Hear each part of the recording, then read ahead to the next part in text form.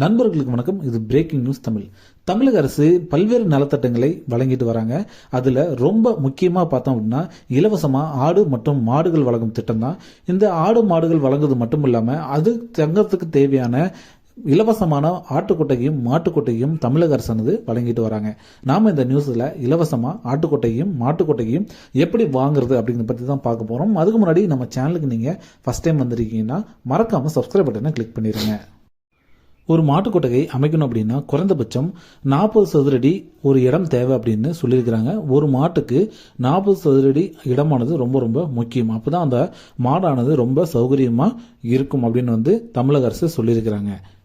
மாட்டுக்கொட்டைக்கு நீங்கள் அப்ளை பண்ண போகிறீங்க அப்படின்னா உங்களுக்கு சொந்தமாக நிலம் இருக்கணும். அதிலும் பட்டாவானது உங்கள் பேர்லேயே இருக்கிறது ரொம்ப ரொம்ப நல்லது. யார் அப்ளை பண்ணுறீங்களோ அவங்க பேரில் பட்டா இருந்துச்சுன்னா சீக்கிரமாக லோன் சாங்ஷன் ஆகும். அது மட்டும் இல்லாமல் கூட்டு பட்டாவாக இருந்துச்சு அப்படின்னா உங்களுக்கு கண்டிப்பாக இந்த லோனானது சாங்ஷன் ஆகாது. உங்களோட அப்ளிகேஷனானது ரிஜெக்ட் பண்ணப்படும்.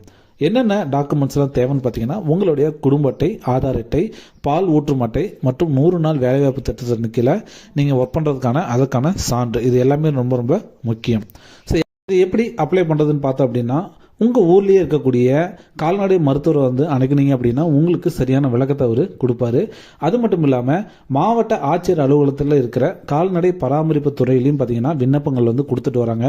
அதனை வாங்கி நீங்கள் பூர்த்தி செஞ்சு அதில் என்னென்ன டாக்குமெண்ட்ஸ்லாம் கேட்குறாங்களோ அதெல்லாம் அட்டாச் பண்ணுங்க. உங்களுடைய நில ஆவணங்கள் என்ன, உங்களுக்கு சொந்தமாக நிலம் இருக்கா, அதை எல்லா விஷயங்களும் பார்த்தீங்கன்னா நீங்களோட பத்திரம் முதற்கொண்டு நீங்கள் நகல்கள், அதாவது ஜெராக்ஸ் நகல்களை அட்டாச் பண்ணுற மாதிரி இருக்கும். ஸோ இதை நீங்கள் அங்கே கொடுத்துட்டு வந்துட்டீங்கன்னா அங்கிருந்து உங்களுக்கு ஒரு குறிப்பிட்ட நாளுக்குள்ள உங்களுடைய வீடுக்கு தேடி வருவாங்க ஆபீசர்ஸ் எல்லாம்.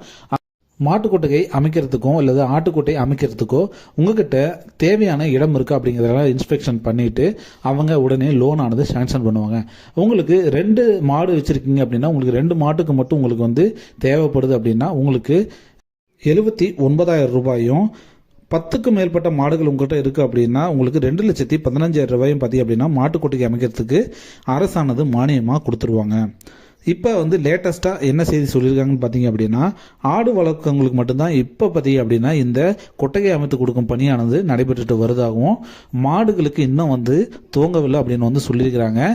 நீங்கள் ஆடுகளுக்கு எப்படி அப்ளை பண்ணீங்களோ அதே மாதிரி தான் மாடுகளுக்கும் நீங்கள் அப்ளை பண்ணுற மாதிரி இருக்கும். ஸோ விரிவான விவரங்களை உங்கள் பக்கத்தில் இருக்கக்கூடிய கால்நடை மருத்துவமனையோ அல்லது மருத்துவரையோ சந்திச்சு விளக்கங்களை பெறலாம் அப்படின்னு தமிழக அரசு சொல்லியிருக்கிறாங்க.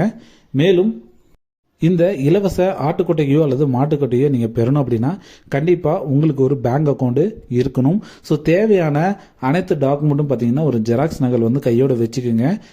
சம்டைம்ஸ் பார்த்தீங்க அப்படின்னா உடனே ஆஃபீஸர்ஸ் உடனே லோனை சாங்ஷன் பண்ணுறதுக்கான வாய்ப்பும் இருக்குது.